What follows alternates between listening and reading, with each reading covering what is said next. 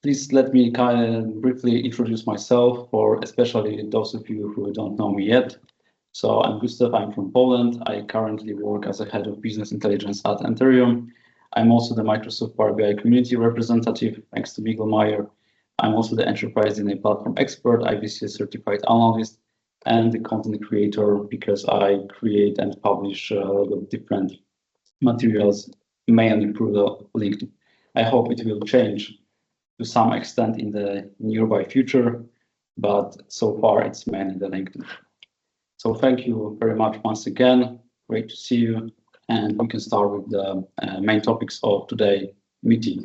So basically, we will be talking about the front-end techniques in Power BI and especially about the formatting and design. And of course, both topics like both the formatting and design are very complex things. So we only tackle a few of them as an examples. So here's my brief list that I usually try to present to the audience as a starting point, because with my experience, like the couple of years of experience doing a lot of different Power BI reports, I tried to list a few things that are quite universally advantageous in terms of what we can structure, what we can know, and how we can enhance our front-end skills. So these are like the bullet points from my perspective. Of course, there might be different things, but those one is always probably the most important to me. So I would like to share that with you. So starting with the top things, even if there are including some things that we will be not in this discussing today, I will also point it out as to some extent like the guideline for you, so you can always come back to this specific list and maybe gain some more information around those topics.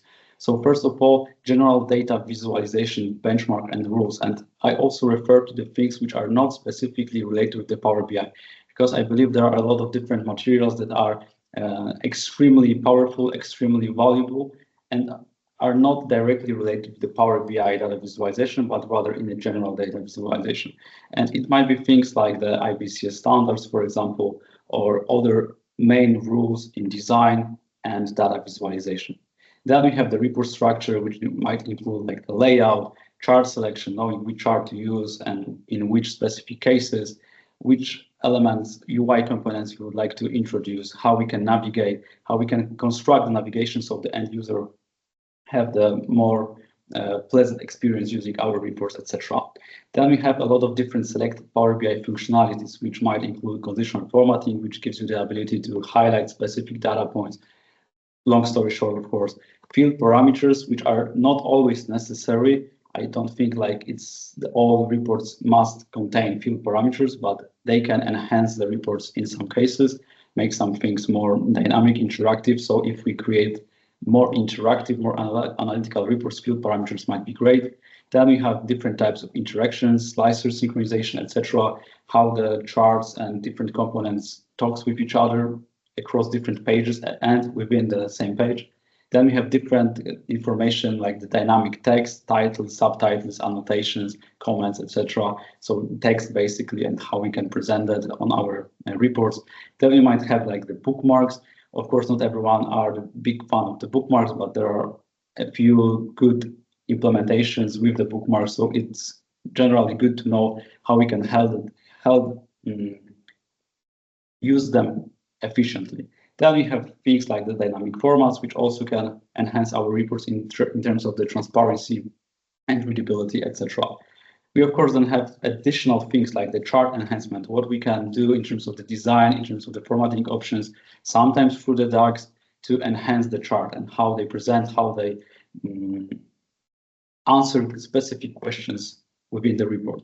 We might also have different design enhancements, how we can structure formatting options for the visualizer. So it's basically related also with the chart enhancements. And you might have different functionalities like effective date calendar table, like for example from the Mensa Corte, or use of calculation groups, etc. So these are not specifically related to data visualization itself, but they are related to some extent, and they can influence and make some advantages and benefits in terms of how we structure the reports. But today we mostly focus on, and this is like an example of how the reports may look like if we focus on the components I mentioned before. Of course, these are just examples of my past work. Reports might look differently on various ways depending on the type of reports we handle, whether it's more like the executive, whether it's more analytical, alert, etc. So there are those in different types of the reports. There are different types of analysis, industries, questions to be answered, etc. These are just an examples. Today, we would like to mostly cover the conditional formatting, and I would like to make this meeting a little bit more special because I usually start with the structure, layout, etc. But today I would like to skip some part and just go to the conditional formatting because there will be some new things that I didn't showcase before on different meetings. So in terms of the conditional formatting, before I will jump into the specific formatting options and types of the formatting of the conditional formatting and how we can use them, I would like to present you just a few examples of the reports where conditional formatting is used. And it's like different kind of conditional formatting. These are just an examples. So looking at this particular report, just an example, the first one, we can see that there is, for example, the gradient. So there is a background color, and it is the type, one of many types of the conditional formatting. We might also have different colors of the background on the ring chart. So these are like the very small things, but to give you a broader aspect, a broader scope, I would like to just highlight and showcase a few different examples of the conditional formatting. Here we have a different structure a bit because here we have like the orders which are as a single item, aggregate as a single item. Here is the orders like the breakdown structure. So in that case, I use the data bars. Of course, it's not so meaningful to make it very visible, but at this particular example, the data bars has been used as one of the components of the conditional formatting. A different example is also the background color for the parity chart, where all those elements which are within the specific threshold, in that case in 80%, which are those customers which are generating, let's say that 80% of the revenues are highlighted using the conditional formatting as well. Then we have different kind of data bars, for example, as here. So we can have a P&L statement in some form. We might have a different tabular views like here when we have the structure by revenue, structure of revenues and structure of expenses by different account categories, different business lines, etc. The main thing is that here we have use of the data bars, which gives you information about the scale of the so-called absolute variances. Here are the different examples, like the small color conditional formatting on the labels within the KPI cards. At this particular moment, it's not so important what you would like to see, like what is the KPI card, whether it's like the month-to-month change, etc. It's just an example of different ways of using the conditional formatting. In that case, it is applied to the KPI cards. There are different things, like, for example, highlighting the specific line, which is selected through the additional slicer selection. However, it's not native conditional formatting because we have no native possibility to use the conditional formatting on our line charts yet. But I think that the core visuals work hard to make it done in the future, so it will be available. Now it's like the presentation of some workarounds that we can use to make highlighting of specific lines, but it's not so important at that point. Here are different examples, like highlighting specific items on our scatter chart, for example, as here when specific quadrants is highlighted, whether like the high part or low part. High is in that case marked in yellow, is in green, and the red ones are the least favorable in that case. The same is here in the table, and there are conditional formatting in the form of the different colors in the data bars. And here are a few different examples of conditional formatting, especially in terms of the data bars and the gradient colors on the background here in this particular column. And I would only like to mention that the data bars are quite short because there are many different items which are below, because the data now is sorted by the release date, not by the views. So if I would change the order from the release date to views, we would see the scale of the data bars more longer at the top with the descending order, but now it's like by the release date sorted, so that's why the data bars are quite shorter. However, it's also the information that the recent posts in that case were not so good comparing to the different historical one. But the main idea here is also the use of the data bars. And here's a different example. Also the data bars here, structure of revenues by, let's say, the projects, business line, etc. But we also have the heat map. In that case, it's actually dark dim, but it's not so important. The more important is that we use the heat map color gradient to highlight specific items within a table where we have the projects as the rows and periods as the columns. So it gives us a bit better impression where the values are higher or lower. And now we walk through the specific types of the conditional formatting with plenty of different examples and use cases. So just starting with the types of the conditional formatting, we can see that we have the background color, font color, data bars, icons, web URL. And the number of available options in terms of the conditional formatting might depend on which specific chart it's applied. Because tables, for example, might have a different options like web URL, for example, but the column charts or line charts might not have the web URL, but have the background color, font color, etc. So depending on the chart, we might have different available options for the conditional formatting. We'll start with the background color and font color. These are quite similar in terms of how the conditional formatting is structured in terms of the options and functionalities. So we start with the background color, font color, and what is important is the distinction of the types of these styles of this conditional formatting, because we have the gradient, we have the rules, and we have the field value. And just to make some simplification, I would like to say that the gradient and rules are a bit less complex. For example, the field value. Of course, it's not so simple to make some bold statement in that case, but I think if someone don't want to use DAX-based approach, even it might be very helpful and advantageous. I think that using the gradient color and rules, it's a bit less complex because it doesn't require additional steps. It might require, but not necessarily so. Even if we start the journey with the Power BI, probably the gradient and the rules will be a bit more simplified compared to the field value, even if I recommend the field value. But there are different audiences and different use cases, so it's also good to know each of the styles. We'll start with the first one. So if you are in a background color type, we can tackle the problem, the case of the gradient, because the gradient was on the top of the drop-down list. So we might have either the sequential or divergent scales. We might use different colors. We might see that we might have the minimum value, the maximum value, to be precise. In many cases, it's the lowest value and the highest value, so it's automatic. We can use the different colors. We can apply that either to the only values or the values and subtotals, depending on our analysis and depending on what will be the most valuable information. We might also use the center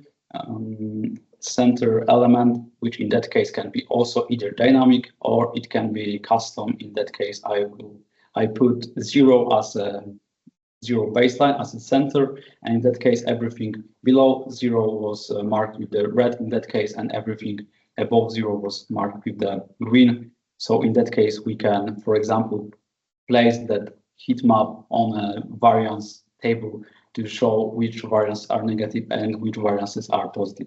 These are just examples. And this is an example of using the heat map. So the left side table shows you the person, the consultants, and the respective months where the call, for example, has been answered, etc. So in that case, I would only like to present the difference between using the table solely without the conditional formatting and the right one with the conditional formatting, where we can spot a bit simpler where are the higher or lower values. And of course, there are different cases. We might have different row structure, different column breakdown, etc. This is just an example. And here is a different example where we have the background, also the gradient, also the heat map, the customer on the left side, the periods on the top as a period breakdown, and here is the the standard one, the standard table, and here is with the heat map. And also there is a difference.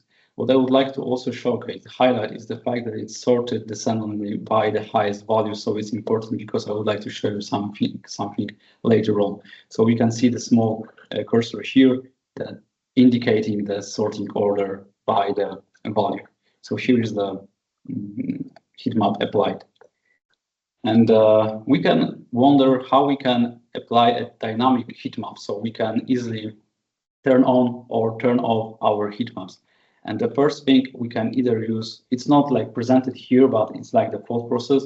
The first one, we can use just a bookmark and copy and paste two different tables, and in one moment just to unhide the one, and in the second scenario just unhide the one with the heat map or without the heat map, etc. So the bookmark would be the first choice. The second might be the field parameter, but one caveat here is that I would like to present that we can use the field parameters and just place field parameters in our value section. So we can have like the double conditional formatting, and one can apply conditional formatting, and the second from the field parameter field might not have the conditional, the heat map. However, the downside is that if we swap the metrics within the field parameters, the sorting order will be also reset. So in that case, we can see that if we have the heat map on and use, let's assume we use the field parameters, we have the heat map on, then we can turn it off. And as we now swap the field, the measure which is used within our table, the sorting order is also changed. So now it's like this alphabetic order by the customer and not by the value. And if we swap once again to the turned on option, we can see that the heat map is no longer sorted by the highest value. So it will force the end user to click on the total column to make the sorting order as we would like to see. So it's like the small caveats. And I personally don't like to resetting sorting order. So I would like to present you just quickly a different method, which is probably the simplest one in terms of the different use cases, but it will require a bit of DAX. So if someone don't want to use DAX, maybe the bookmarks will be the best option. But if someone would like to use a bit of DAX, it will be like probably one of the most simplest way. So we might have one additional toggle heat map on off. It might be, of course, called in a different way. It's just an example, heat map on off. And we can see that here is the turn off, here is the turn on. And what is the logic behind it? We can implement one additional disconnected table ID. It's useful in many cases. The column ID, we might have a different name depending on your taste. And we might use the isFilter function, and we just check whether this particular slicer is filtered or not.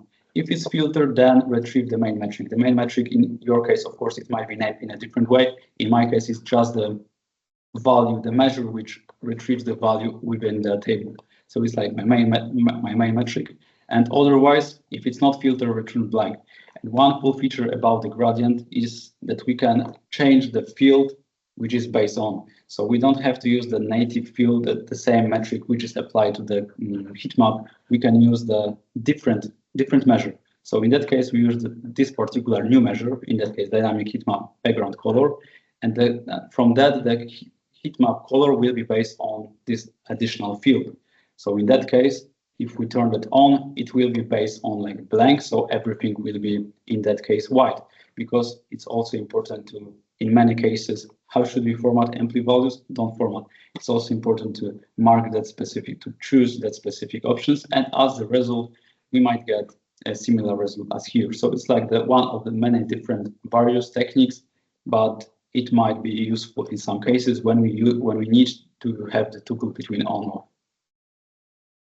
Then we have different kinds of the background color, font colors, and this time it's rules.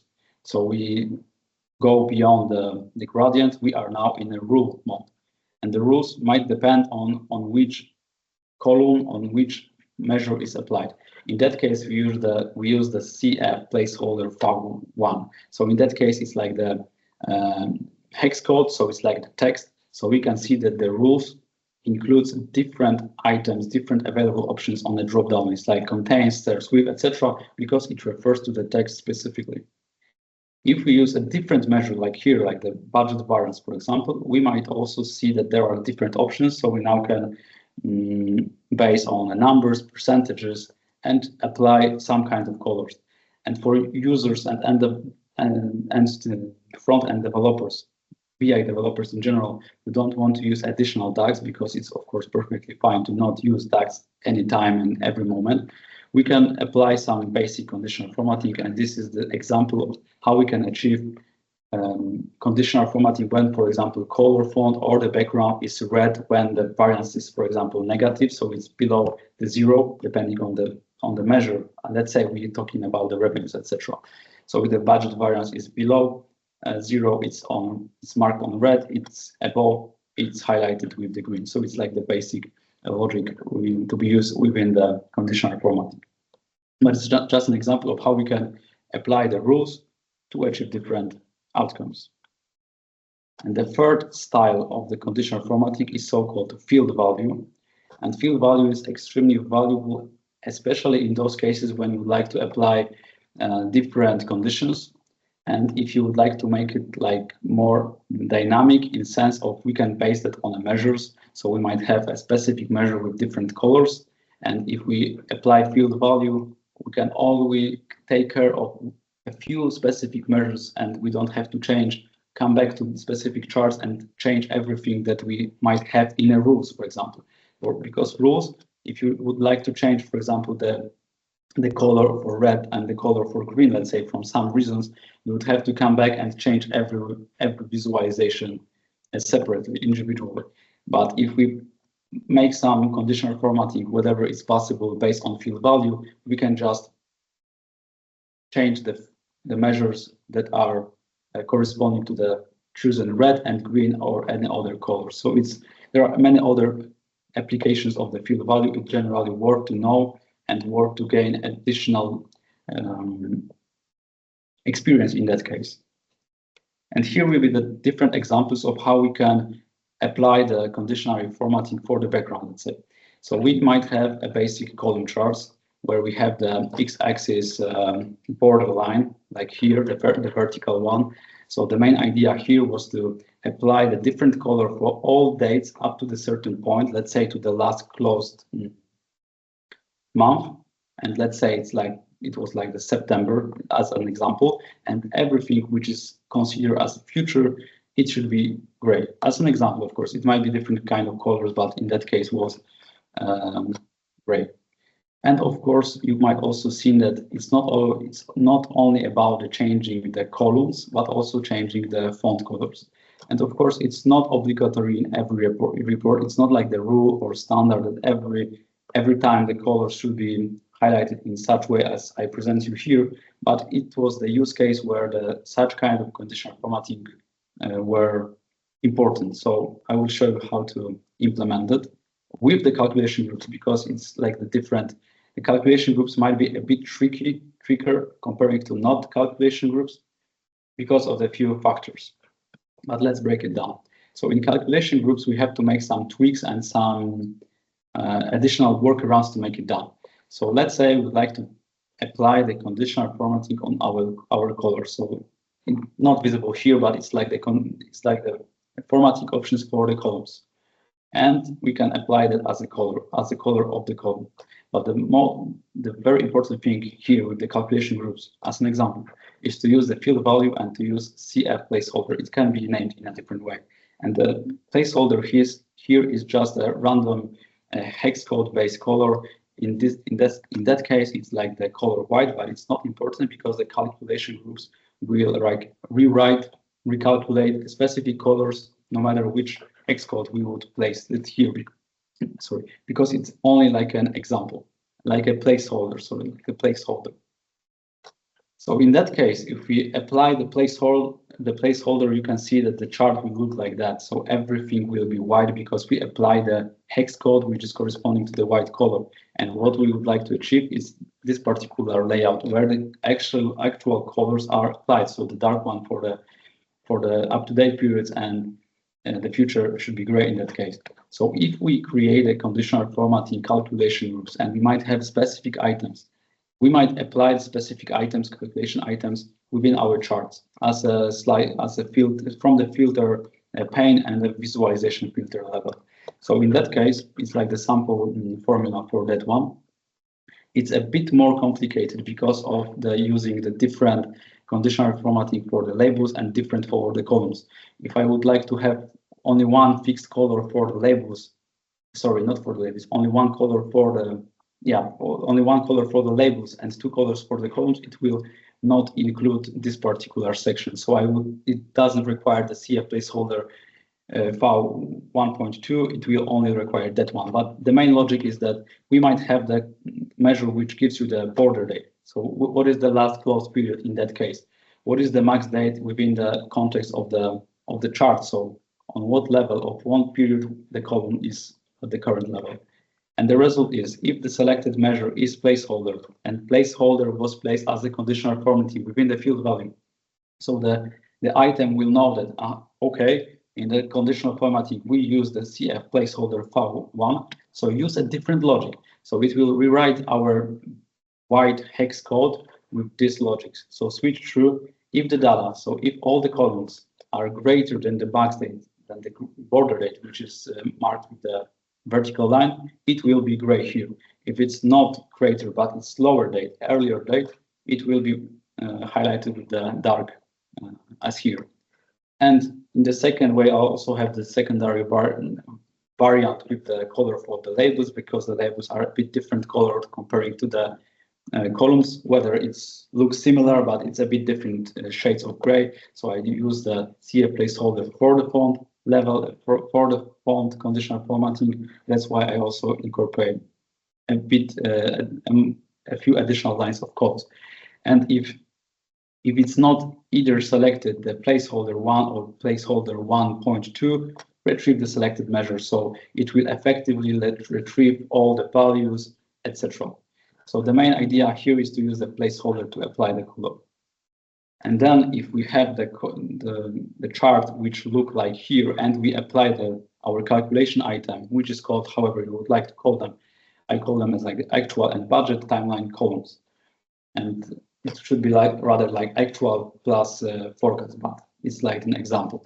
So it will apply all the calculation logic, and you will end up with the results like here. So we leverage the calculation groups and the logic with placeholder to apply the conditional formatting using the calculation groups.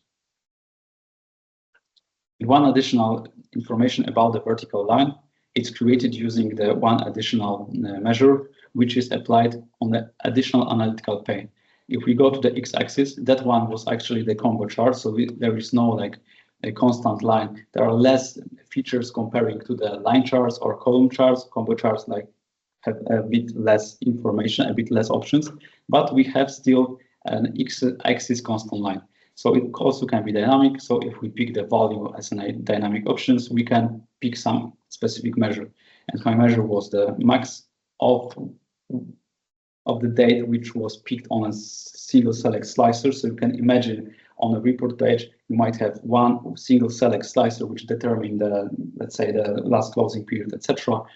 And we added 15 days. The 15 days because if we have the continuous x-axis type like here, where it's like the continuous x-axis because we have two different types, the categorical and continuous. That one is continuous, so every data point is condensed. And in that case, adding 15 days gives you the impression, and actually it's look that way, that it's appeared between the 1 month and the second month, because it's like in the middle. If we don't put the plus 15, the line will appear exactly above the last period which is selected on our slicer. But adding 15 days around, of course there might be like small discrepancy, but it's like the not visible ones. We can achieve the result that the vertical line appears just between. So I think it's like the good border which gives the end user impression what is the actual data and what data might be like the plan or the forecast, depending on the context. And here is a different element, also based on the calculation groups, where we have the variances, either like the negative or the positive negative red one, a positive green one in that case. And we have different calculation item applied in the same logic as previously. And in that case, this particular measure is a bit longer, it's a bit more complex because of using a different shades for the forecasted period. So you might notice that everything which is actual is in a darker colors, but everything which is after the boarding period is a bit lighter. So of course it's not obligatory.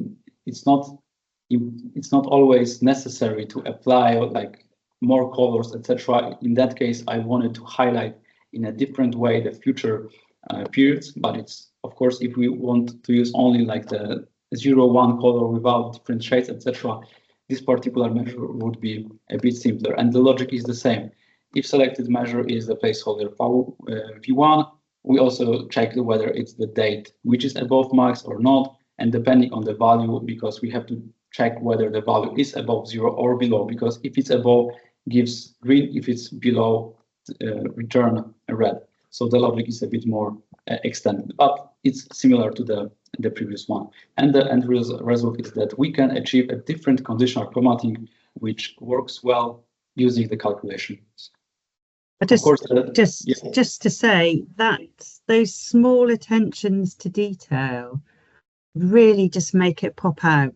It just, you can see looking at it clearly, you've got the line there and then you've got the colors just slightly lighter, and it just makes it so easy for the user to see what's in the future and what's now. I have got some questions, but I'm going to let you carry on, Gustaw, because this is just magic. Thank you. One additional quick point not related with the conditional formatting is that I personally try, and I think it's generally recommended to apply the baseline in a form like the 0 baseline. So whenever we can, depending on the chart type, so for example, in a line chart, in a column chart, it's very easy to use the constant line set as a value 0 to create the line with the 0 value. And it's very important, and especially if we have the variances where some data can be either above or below the 0. So it's like the great way to distinction which values are above or below 0. So it's important to remember to use 0 baseline wherever we can. Of course, we might also, in some cases, display analysis like the trend lines, where it's important to not start with the 0. There might be some use cases, but in general point of view, we start with the 0, and if we start with 0, it's recommended to also apply the 0 line, which is not available like without any clicks. We have to add it, for example, as a constant line with the 0 value. And what I would like to show you just quickly is that the comparison between the continuous and categorical x-axis, because I mentioned about it a bit earlier. So here's just a second. I don't see the example of the continuous, unfortunately, but that one is the categorical one. So it's based on a text, not based on a date, which is continuous. It's based on a text because you can see that it's like the concatenation of the month and year. So it's purely the text one. We don't have any options to change whether it's categorical or continuous, because it's categorical, it's fixed, it cannot be changed. And you can see that each point is seen. It's like the 0-1 approach. So either every label is visible or every label is turned on and it's not visible. And I will come back for 1 second to that particular chart, because you can see that not every label is visible, only the selected one. You can see that there are in the actual, some are visible also in the forecast, etc., but not everyone. And it's also, in many cases, if we display the long trends, for example, it's also good to not overlay the chart. And the quickest way to not overlabel the chart is to use the continuous axis type. So it's like the very quick way to get control over the label density, because the label density is controlled if we pick the continuous axis type. And if we have the categorical, like here, we unfortunately, as now, we don't have the native option to have the label density control. So everything has to be visible, or it can be turned off. Of course, there are DAX-based approaches where we can manipulate that feature, but it's DAX-based approach, so it will require additional workaround. And I would like also to show in terms of the background color, font color, at different examples. So we might have different layouts, several, at least layouts for the KPI card. These are just examples, but I would like to show you because we use the conditional formatting for the reference part of the KPI cards. Of course, they can be structured on several different ways, depending on the context, depending on how benchmark values we have. In that case, is the previous year and the budget. It might be the target. Maybe in some cases we don't have any targets, any benchmarks, and it's like the callout value. Also, there are some kind of such use case. But in that case, we have the comparison of actuals to the previous year. So we see the actual value, the previous year value, the budget value, and what was the variance against the previous year and the budget. Also the absolute and relative and additional icon in terms of in the way of the triangle. It's not obligatory. We might not use the triangles or icons at all. It's like in that case, it was used. But the main idea here is that we can also implement the conditional formatting to highlight the variances in many different ways as shown here. And how it's done. For example, we might have like, it's very important because in a KPI card, it's a very, like, maybe not a complex thing, but there are a lot of different formatting options, a lot of different styles in cards, different options in general, in terms of the visualization. So just to make sure we are on the same page, here is the callout value, like title, subtitle, callout value. And here we have two different reference labels. And this is the title of the reference. This is the value of the reference label. And this is the so-called detailed. So there are three parts within the one reference label: title, value, and detail value.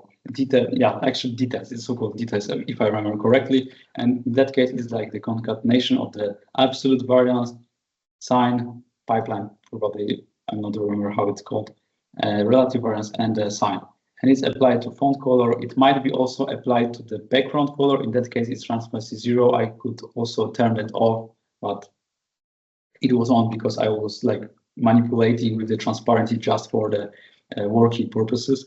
But we might introduce the font and color background for the reference, for the details part. And I based it on a field value. It's important. It's field value in that case. And here is an example measure which retrieves specific colors.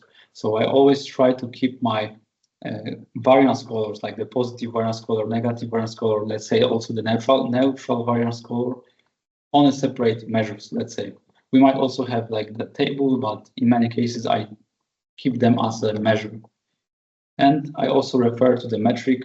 In that case, it's like the absolute variance because I have to check whether it's positive or it's negative. And it's like the basic result switch through statement where we check whether the metric is above 0, turn color positive, or it's below color negative, or it's 0 when it's like there is no change. And the end result is that we have chart like here, sorry, KPI card like here. And it's of course applied to the respective details section because now we have like the budget one. So that particular measure is related with the second detail, second reference label. And I also have had the previous year metric switch variance, which was used for our first reference label. And one additional thing, of course, it will be available for you in a form of the PDF, so all the measures will be much more visible for you after the presentation where it will be published. However, I would like to spot the use case where we might have at the same time the conditional formatting for both the, let's say, revenues and direct costs. So of course, if we have separate measures, we just make a good reasonable measure in a less complex way as here. But there are some use cases where some kind of the KPI cards or the level in charts might be either the revenues or the direct, sorry, not the direct cost, but the cost in general. So different kind of information, because the revenues might have a different variance, but the cost has to have like the inverted variance. So depending on whether the budget is exceeded or is below the budget, the color of the variances for the expense categories might be inverted different compared to the revenues, as an example. So it's also important if we have the dynamic switch between measures. So we might have, based on slicer selection, for example, like switch one, sometimes the revenues, and dynamically we can switch to some kind of the cost categories. We also should pay attention to the invert color for the cost categories. So in that case, it's just an example measure where we pick, where we check whether it's like the measure which is actually selected is the cost category or not, which in that case, if it's a cost category and if it's greater than 0, then color negative, which is reverse in a, let's say, revenue category, because if it's not cost, so for example, it's revenue and the metric is exceeding, for example, the budget, it's color positive. So it's just important. And here is like an example, because here are two different things, and we have like the direct cost and the budget is 54. And in that case, we have actuals which are less than budget, and in that case, it was the reverse inverted color, so it's green. And that example is not so valid, because we might see like in the same logic as revenues, because it was red. But in many cases, if in terms of the cost categories, we didn't exceed the budget, we have the actuals below the budget, it might be treated as a good information. Not always, but in many cases. And in that case, it's green. And these are just different examples of how we can implement the small multiples, which is a new feature within the KPI cards. It was probably released with in a November update, probably. Yeah. So I would like to show a different use cases, and of course it will require some additional steps, additional actions. I think it's great that we have so many different options, so we can style the cards in many different ways, depending on our context, depending on the space, depending on what answers we would like to answer with the KPI cards. So there are just an example of different layouts. But depending on the context, we might use them, or maybe we can use completely different ways. Because in some cases, the KPI cards might look very similar to the tables, and sometimes it's just easier from my perspective to put a table when we have an easier control over the columns, and we can retrieve the absolute variance, the relative variance, etc. It might be just less time consuming comparing to creating the KPI cards. However, what we have in KPI cards is a more options regarding the size and regarding the style, because in the columns within tables, we might have 0-1 approach, whether it's bold, non-bold, or only stick with the one size of the font. But the KPI cards has that feature that we might highlight the different components, different structure of the KPI cards, different components with different bold style, like either it's default or bolded, and we can use different size, which also can highlight some information in a more visible way. And one thing that I would like to highlight is, I'm not sure, so I don't want to make any bold statement here, but I'm not sure whether in small multiples it's retrieved the adequate color for conditional formatting, because as we can see here, it's these are like the revenues, so the budget was not achieved. The budget was not achieved in terms of the service. Let's say it's like the business unit or the type of the service.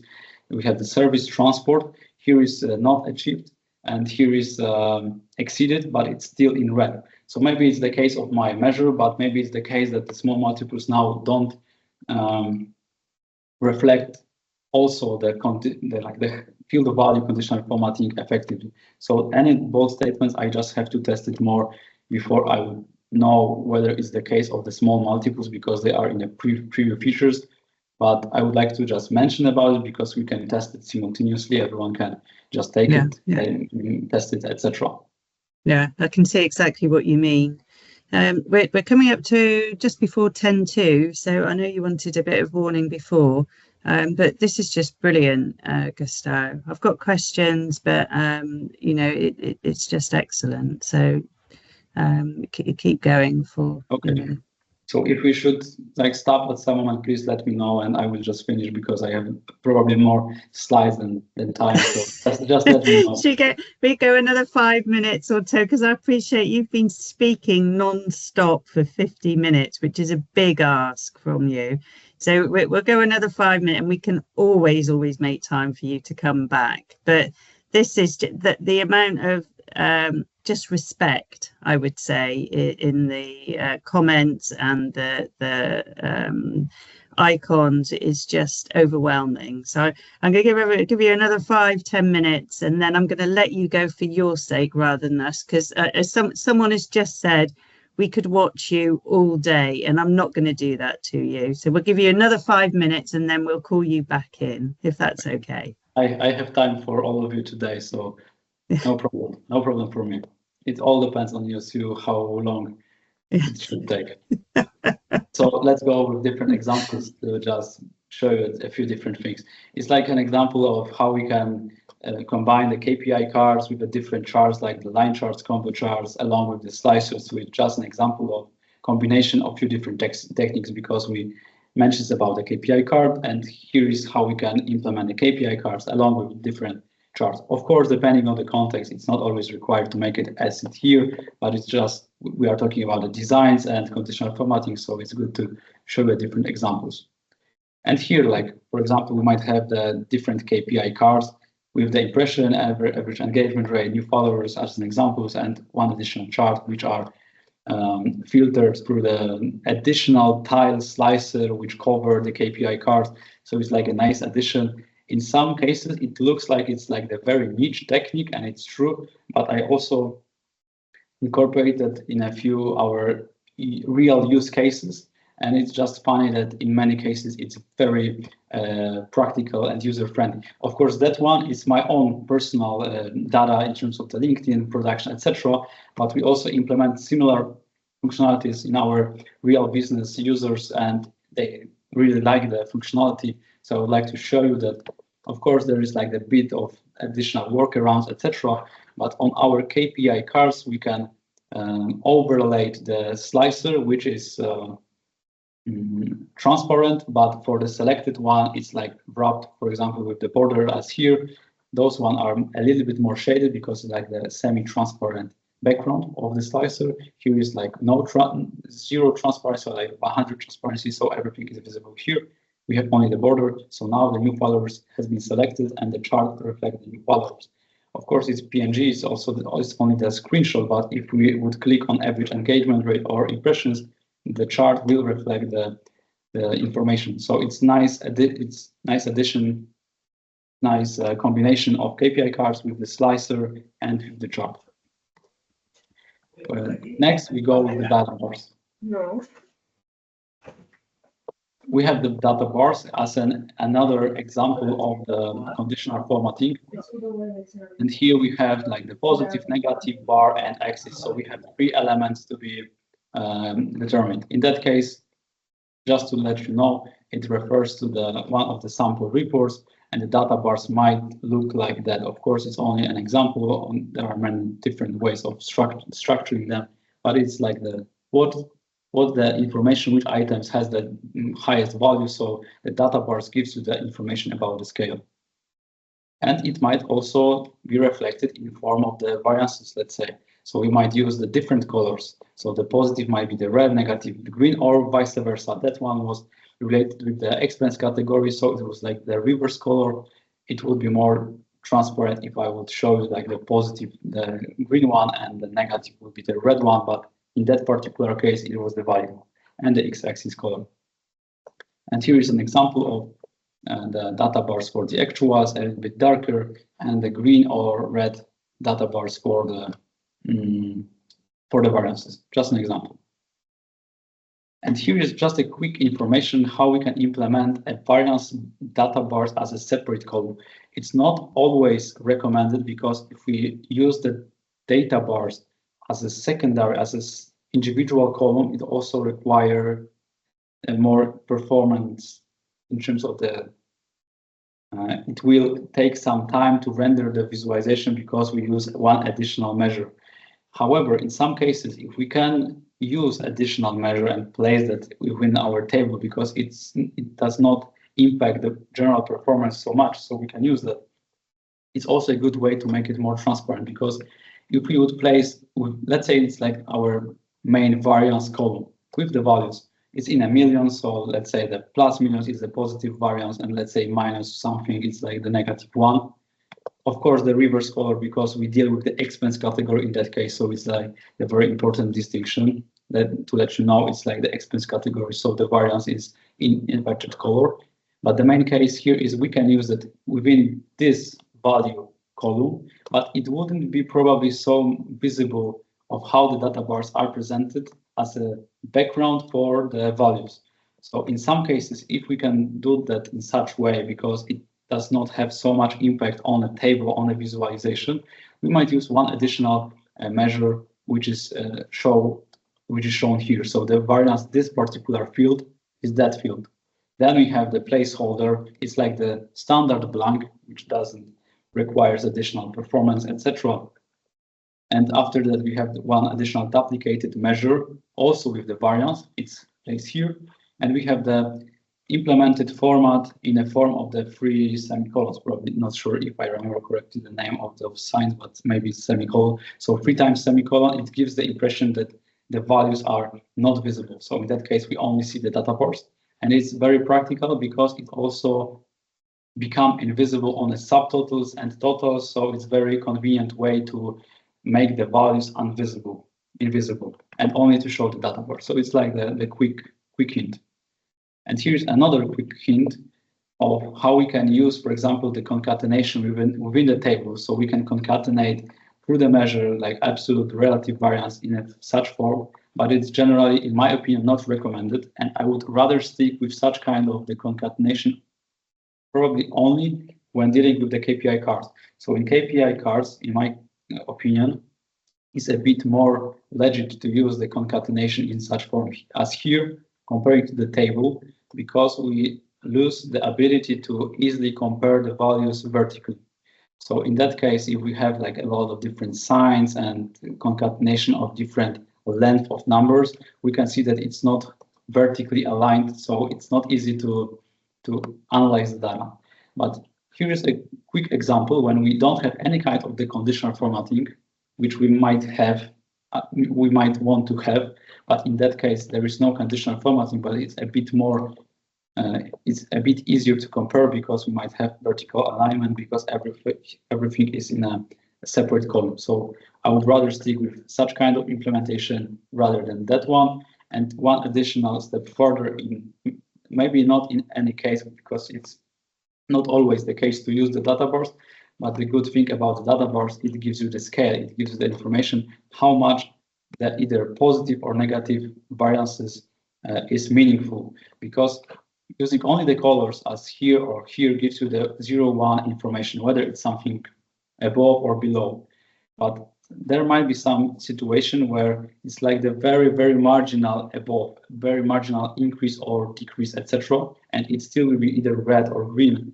But the great advantage of using the data bars, which are to some extent limited in the current state of the Power BI, but nevertheless, they can be very valuable. So the data bars give you an impression about the scale. So you can in a more easier way, spot whether the variance is important or it's very marginal.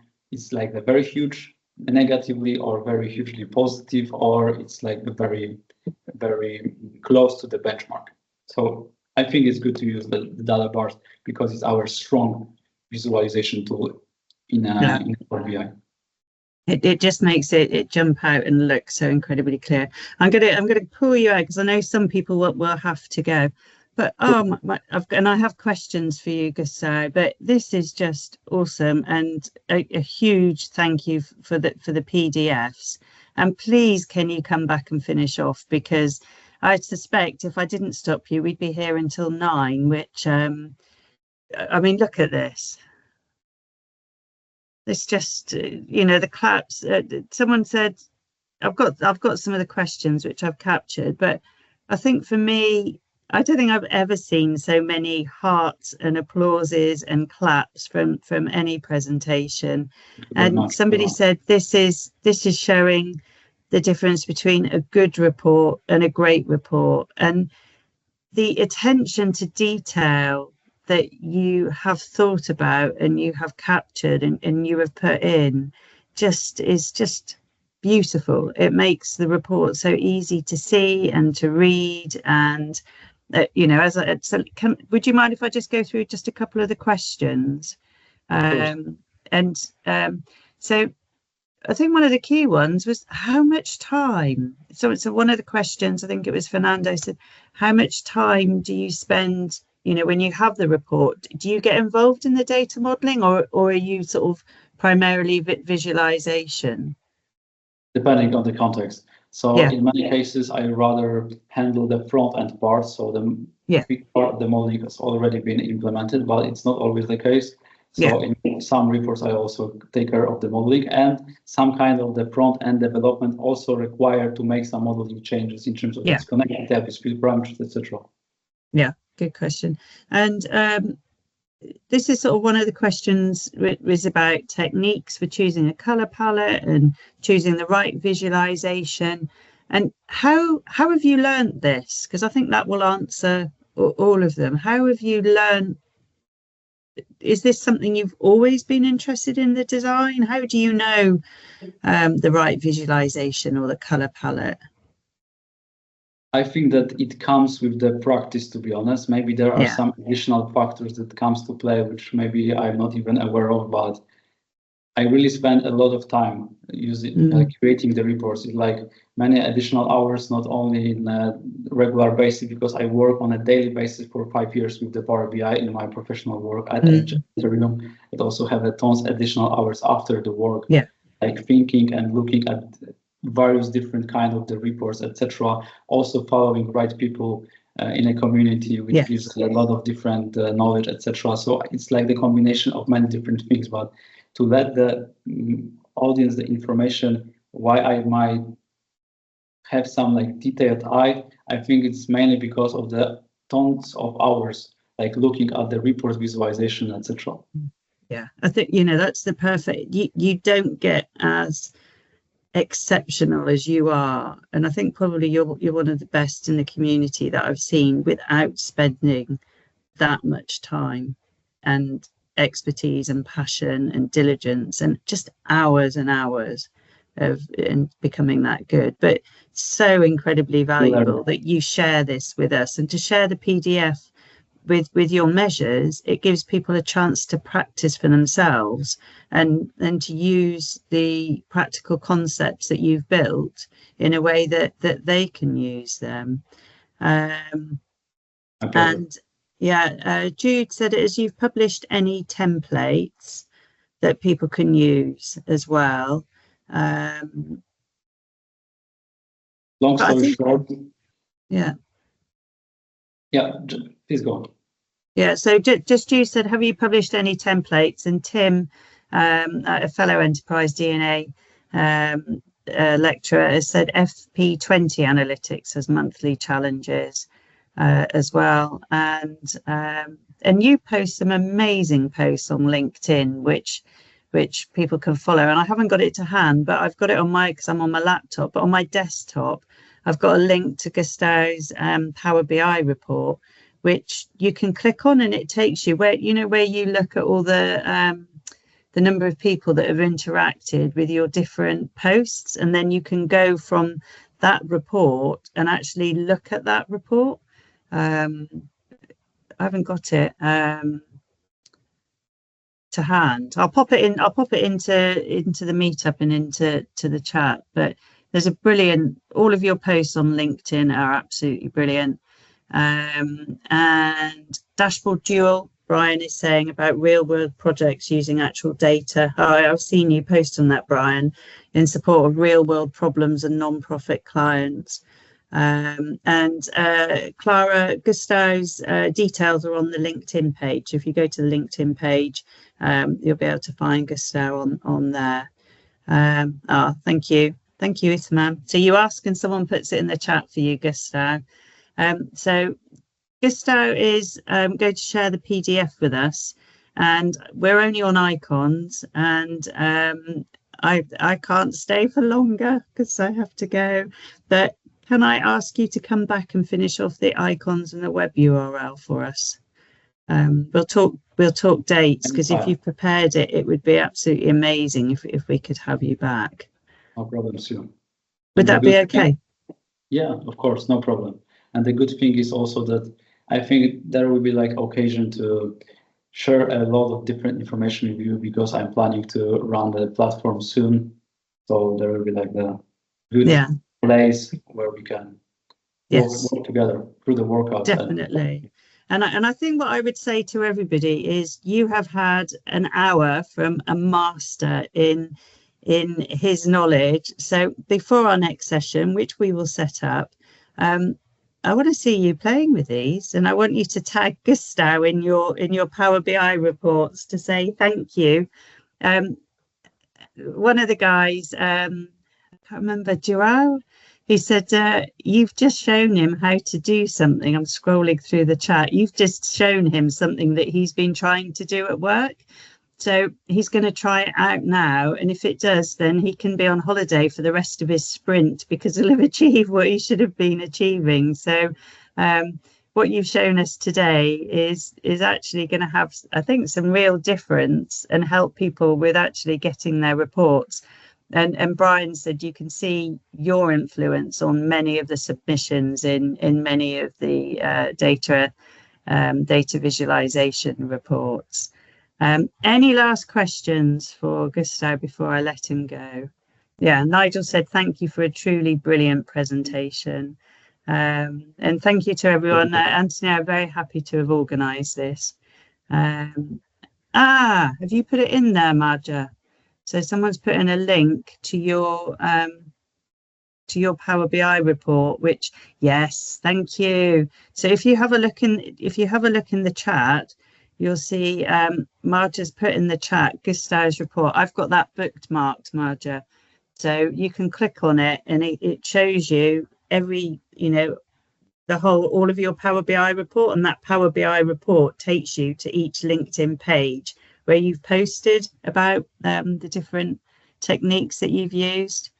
And so many thank yous. And for teaching others, much appreciated. Honestly, I don't think I've ever seen so many hearts and claps and applause. So one piece of advice you would leave us with, Gustaw. The DAX Clara will be on the PDF presentations. So you won't be able to copy and paste it, but you will be able to look at the PDF, see what Gustaw has done, and then use the DAX that is in the PDF. And I think it's always good to actually type it out yourself, because it helps you to understand the DAX. And if you have a look, I think you did a post on the KPR cards, Gustaw, and then Chandeep went deep to show how to do it. And I used your vision and Chandeep's resources and created them myself. So yeah, and Brian, thank you. Dashboard dual info. I've seen you post on that, which is brilliant. So one piece you leave us with, Gustaw, and then we'll talk about having you back again. Hard question, but to be honest, we have to practice a lot. Yeah. And everything comes with the practice.